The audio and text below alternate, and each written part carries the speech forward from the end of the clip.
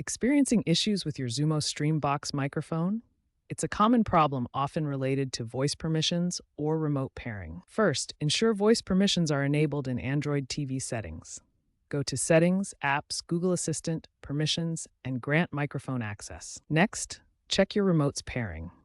Signal interference from Wi-Fi routers or low battery can prevent microphone activation. Restart your Xumo Box and check for firmware updates, as Xumo releases updates to address voice functionality bugs.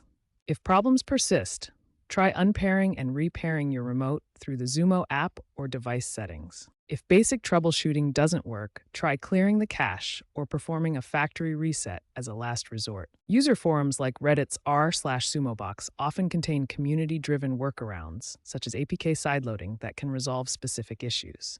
Looking ahead, voice-first streaming is on the rise, and Xumo is integrating with smart home ecosystems like Amazon Alexa and Apple HomeKit.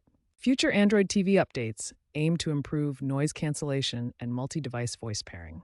However, privacy concerns around voice data are increasing, so stay informed about permission settings and data usage. Remember to test any fixes in a controlled environment and consult official Xumo resources for the most accurate information.